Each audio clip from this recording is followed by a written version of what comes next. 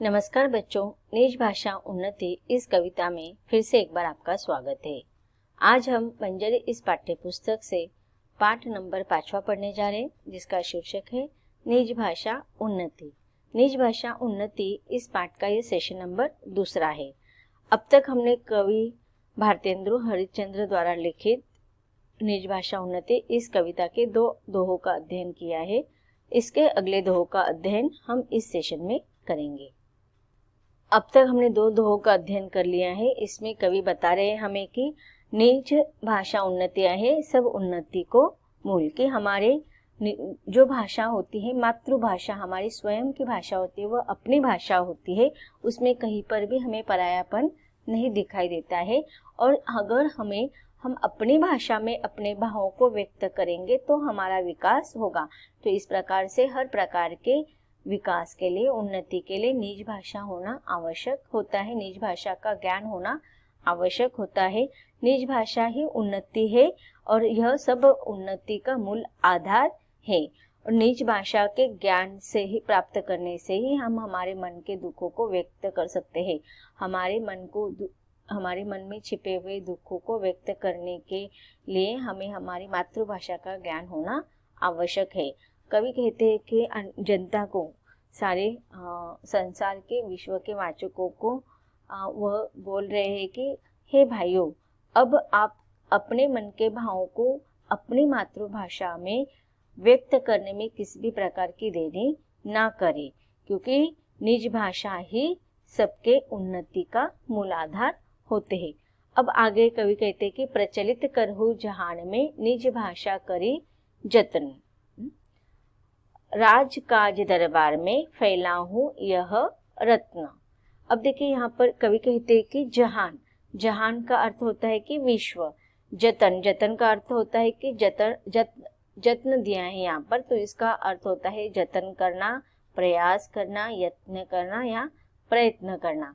तो प्रचलित करहु जहान में, इस विश्व में हमारी मातृभाषा का प्रचलन होना चाहिए, उसको इतना फैलाना चाहिए कि संसार के हर लोगों को उसे अपने प्रति स्नेह दिखाई दे।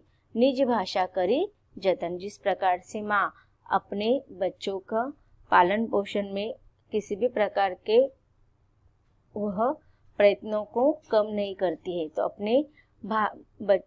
जिस प्रकार से एक माता अपने पुत्रों के विकास के लिए हर तरह के जतन करती है, प्रयत्न करती है, प्रयास करती है, उसी प्रकार से हमें भी अपनी निज भाषा, अपनी स्वयं की मातृभाषा हिंदी को प्रचलित करना है सारे विश्व में। और उसके लिए हमें हर तरह के प्रयास करने हैं, हर तरह के प्रयत्न करने हैं।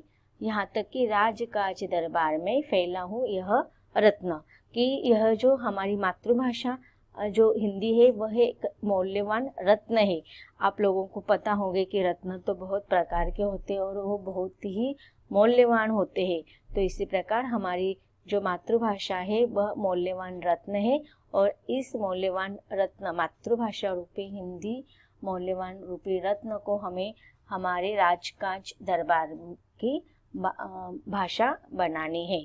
तो हमारी सरकारी कामकाजों के लिए हमें हिंदी, हमारी मातृभाषा को ही हिंदी रूपी रत्न रूपी मातृभाषा को हमें राजकाज की, सरकार की भाषा के रूप में योग्यता देनी है। अब जो दोहा हमने पढ़ा है उसका प्रसंग और व्याख्या हम देखेंगे। अब हमने जो दोहे देखे हैं उसका संदर्भ रहेगा। प्रस्तुत पंक्तियां हमारी पाठ्य पुस्तक मंजरी के निज भाषा उन्नति नामक कविता से ली गई है और इसके रचयिता भारतेंदु हरिश्चंद्र जी है। प्रसंग में आप लिखेंगे कवि ने सरकारी कामकाज में हिंदी का प्रयोग करने के लिए कहा है। अब हम इस पंक्तियों के, इस दोहों के संदर्भ और प्रसंग हमने देखा। अब हम व्याख्या देखेंगे। यत्न करके, अर्थात प्रयत्न करके सारे संसार में अपनी भाषा का प्रयोग प्रचलित कर दो। यह रत्न निज भाषा हिंदी सरकारी कामकाज, कोर्ट, अदालत आदि में फैला दो। अब अगला दोहा हम देखते हैं। कवि कहते हैं कि सुत सो, तीय सो, मीत सो, भृत्यन सो दिन रात, जो भाषा मदी कीजिए निज मन की बहु बात। अब यहाँ पर कवि कहते हैं कि सुत, सुत का अर्थ होता है बेटा, पुत्र। तिय, तिय का अर्थ होता है पत्नी। मित, मित का अर्थ होता है मित्र, सखा, दोस्त। भृत्यन, भृत्यन का अर्थ होता है कि सेवक, कि हमारे घर में जो सेवक कार्य करते हैं, जो दास कार्य करते हैं, उसको हम भृत्यन कहते हैं। तो कवि कहते हैं कि दिन रात हमें हमारे परिवार में जो भी सदस्य है, हमारे बेटे के साथ, हमारे पुत्र के साथ, फिर हमारी पत्नी के साथ, हमारे मित्र के साथ, और यहाँ तक कि हमारे घर में जो काम करने के लिए कोई सेवक होते हैं, सेवक आते हैं, तो उनके साथ भी हमें क्या करना है, घर के नौकरों के साथ भी हमें दिन रात केवल और केवल हमारी निज भाषा, हमारी मातृभाषा हिंदी ही में बात करते हैं। अब हम देखते हैं कि आज के इस युग में अंग्रेजी भाषा को बहुत महत्व दिया जाता है, और जिस घर के पेरेंट्स को देखते हैं हम कि हिंदी भाषा आती है लेकिन उनके बच्चे इंग्लिश मीडियम स्कूल में होते हैं, तो उनके बच्चों को उनको भले ही माता पिता को इंग्लिश नहीं आ रहा है तो हिंदी में ही वह अंग्रेजी भाषा बोलने के प्रयास करते हैं, जिससे कि उनके घर के बच्चे या इंग्लिश मीडियम में है तो उनको अच्छे से अच्छे इंग्लिश आए, इसके लिए उनको ज्ञान नहीं है अंग्रेजी का, फिर भी पेरेंट्स उनके साथ बात करें। तो अगर बच्चे जन्म से लेकर जो बातें सुनेंगे वह अन्य भाषा में, विदेशी भाषा में, पर्याय भाषा में समझेंगे, तो वह उसे अपनी भाषा नहीं समझ पाएंगे, अपने भावों को वह व्यक्त नहीं कर पाएंगे, अपने विचारों को, भावनाओं को वह व्यक्त नहीं कर पाएंगे विदेशी भाषा में, परदेशी भाषा में। इसलिए हमें अपने बच्चों के साथ भी, हमारे घर में पत्नी है, हमारे अन्य परिवार के सदस्य है, हमारे माताजी पिताजी, इन सबके साथ हमें दिन रात केवल और केवल हमारी मातृभाषा हिंदी में बात करने हैं। घर से बाहर जाने के बाद जिस समाज में हम रहते हैं उस समाज में हमारे बहुत सारे मित्र होते हैं, सखा होते हैं, दोस्त होते हैं, सहेलियाँ होते हैं, तो उन सब के साथ भी हमें हमारी मातृभाषा में ही बात करनी है। यहाँ तक कि हमारे नौकरों के साथ भी हमें हमारी मातृभाषा हिंदी में ही बात करनी है, जिससे कि हम हमारे दुखों को, दर्द को, सुखों को अपनी भाषा में अच्छे रूप से, अपने विचारों को अच्छे रूप से प्रकट कर पाए और सामने वाला व्यक्ति भी हमारी भावनाओं को समझ सके। अब सामने वाला व्यक्ति को जब हमारी भाषा, निज भाषा, हमारी मातृभाषा अच्छे से आती होगी तो हमारे दुख दर्द को, पीड़ा को समझ पाएगी। जो भाषा मदी कीजिए निज मन की बहु बात। अब यहाँ पर कवि कहते हैं कि जो भाषा मदी कीजिए निज मन की बहु बात। तो हमारे बेटे के साथ, हमारी पत्नी के साथ, हमारे दोस्तों के साथ हमें क्या करना है, निज मन की बहु बात, कि हमारे मन में जो बहुत सारी बातें हैं उस बातों को सिर्फ और सिर्फ हमें सिर्फ हमारी अपनी भाषा में व्यक्त करना है, हमारी अपनी मातृभाषा हिंदी में व्यक्त करना है, जिससे कि हमारे मन के दुखों को हम हमारे परिवार के सदस्यों को बता सके और वह भी हमारे मन के भावों को अच्छी तरह से समझ सके। तो निज मन की बात निज भाषा में ही हम व्यक्त कर सकते हैं। आगे इस दोहे के हम संदर्भ, प्रसंग और व्याख्या देखेंगे। अब संदर्भ में जो इसके पहले दोहे में मैंने आपको बताया है वही सेम संदर्भ लिखेंगे।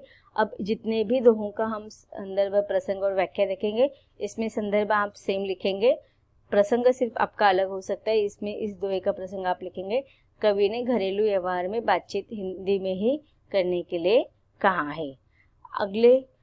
इसके आगे हम व्याख्या देखते हैं। व्याख्या में आप लिखेंगे, अपने मन की अनेक बातों को दिन रात पुत्र, पत्नी, मित्र और नौकर आदि के साथ अपने भाषा के माध्यम से ही करो। अब इसके बाद हम अगला दोहा पढ़ेंगे।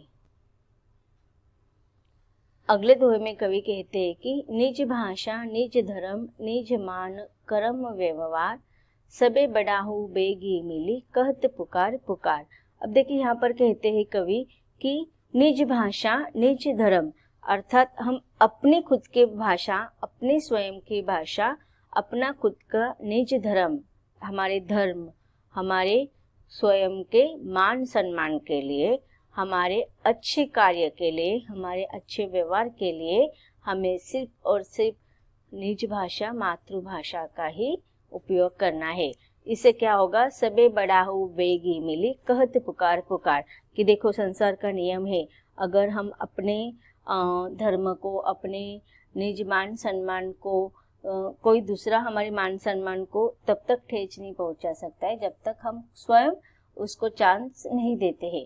तो यहाँ पर सबसे पहले हर बार यही हमारा इतिहास दोहराता है कि सबे बढ़ाओ वेगी मिली, कि हमारी स्वयं की भाषा, हमारे निज धर्म, हमारे स्वयं के धर्म, मान सम्मान, हमारे कर्म व्यवहार, यह इसमें वेग कब आएगा। वेगी का अर्थ क्या होता है कि शीघ्रता, कब ये सब बढ़ेंगे, हमारे मान सम्मान कब बढ़ेंगे, हमारी स्वयं की खुद की भाषा का विकास कब होगा, हमारे स्वयं धर्म की अच्छी बातें हम कब सीखेंगे, हमारे कर्म अच्छे कब होंगे, हमारे व्यवहार कब अच्छे होंगे, और हमारे खुद स्वयं की मान सम्मान की बात आती है तो ये सब कब बढ़ेगा।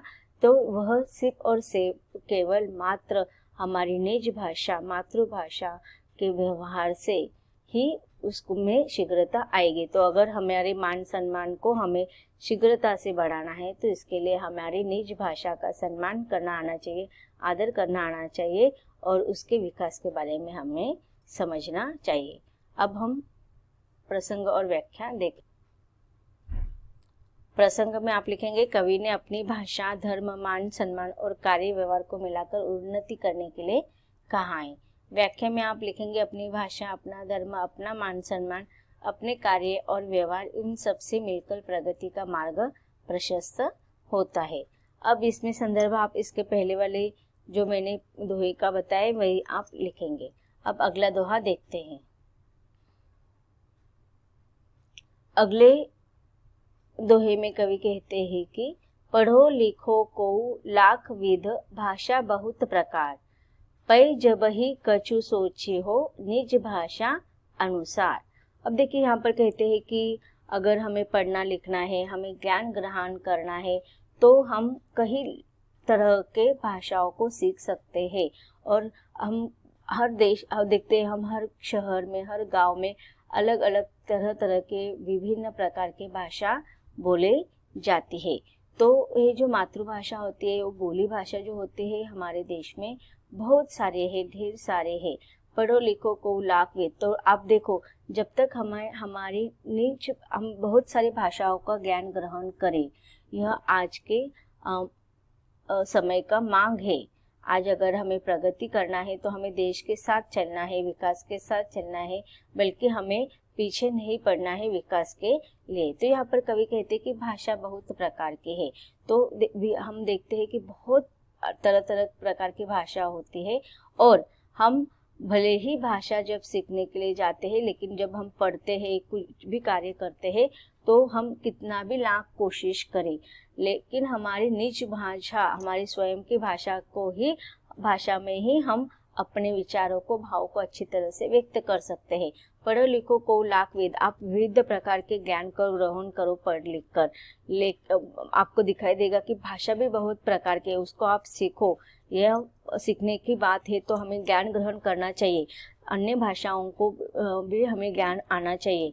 लेकिन जब ही कछु सोचिए, लेकिन जब आप कुछ भी सोचते हो वो केवल और केवल अपनी मातृभाषा में सोचिए। जब तक हमारी मातृभाषा हमें सब अच्छे से ज्ञात होता है, उसका ज्ञान होता है, और हमें अपने भावनाओं को विचार व्यक्त करने के परफेक्ट शब्द हमें हमारे मातृभाषा से ही मिलते हैं। हमारे सेंटेंस भी उसमें हम अच्छे से बना सकते हैं। तो जो भी हम सोचते हैं, हम मातृभाषा में जब सोचेंगे तो उसे हम अच्छे तरीके से व्यक्त कर पाएंगे। अब हम देखते हैं इस दोहे का प्रसंग और व्याख्या देखते हैं। प्रसंग में अनेक भाषाएं जान लेने पर भी सोच विचार करने के लिए कवि ने हिंदी का प्रयोग करने के लिए कहा है। व्याख्या, चाहे अनेक प्रकार से पढ़ाई लिखाई की जाए, अनेक भाषाएं सीखी जाए, परंतु जब भी कोई सोच विचार किया जाए तो वह अपनी भाषा में ही किया जाना चाहिए। कवि अगले दोहे में कहते कि अंग्रेजी पढ़ी के जद भी सब गुण होत प्रवीण। पै निज भाषा ज्ञान बिन रहत हिन के हिन। अब देखिए हर जगह पर अंग्रेजी भाषा का महत्व बढ़ गया है, ये इंटरनेशनल भाषा का स्थान उसने अर्जित कर लिया है, लेकिन अंग्रेजी भाषा का ज्ञान होना आवश्यक है। तो कवि कहते हैं कि अंग्रेजी भाषा पढ़कर भले ही तुम सब गुण प्राप्त कर सकते हो, सर्वगुण तुम्हारा विकास हो सकता है, प्रवीण हो सकते हो, तुम चतुर हो सकते हो, और इस प्रकार से तुम्हें लगा कि अंग्रेजी भाषा पढ़कर हमारा सर्व विकास हो गया है, हम सर्वगुण संपन्न हो गए हैं, हम निपुण हो गए हैं, हर ज्ञान को हमने प्राप्त कर लिया है। लेकिन कवि कहते कि पै निज भाषा ज्ञान बिन रहत हीन के हीन। पै मतलब लेकिन आप स्वयं की खुद की मातृभाषा का ज्ञान आपके पास नहीं होगा तो आपकी अवस्था बहुत ही हीन हो जाएगी, बहुत ही दयनीय हो जाएगी। पै निज भाषा ज्ञान बिन रहत हीन के हीन। हीन का अर्थ क्या है कि अधूरा पूर्ण रहना, ज्ञान रहित रहना। तो जब तक हमें अपनी मातृभाषा का ज्ञान नहीं होता है तब तक हम कभी भी पूर्ण बन नहीं सकते, हम हीन की भावना महसूस करेंगे, हम अपूर्णता, कमतरता हमें दिखाई देगी। अब हम व्याख्या देखेंगे। इस दोहे का प्रसंग आप लिखेंगे। अंग्रेजी पढ़कर सर्वगुण होकर कवि ने हिंदी अर्थात निज भाषा के ज्ञान बिना मनुष्य को हीन बताया है। व्याख्या, यद्यपि अंग्रेजी भाषा के पढ़ने से मनुष्य सब गुणों में चतुर हो जाता है, फिर भी अंग्रेजी के साथ हिंदी भाषा का ज्ञान जरूरी है। तो इस प्रकार बच्चों हमने निज भाषा उन्नति इस पाठ के इस सेशन में हमने भारतेंदु हरिश्चंद्र द्वारा लिखित दोहों को विस्तारित रूप में हमने पढ़ा। इसके आगे भी हमें पदों को पढ़ना है भारतेंदु हरिश्चंद्र द्वारा लिखित, लेकिन उसकी पढ़ाई हम इसके अगले सेशन में करेंगे।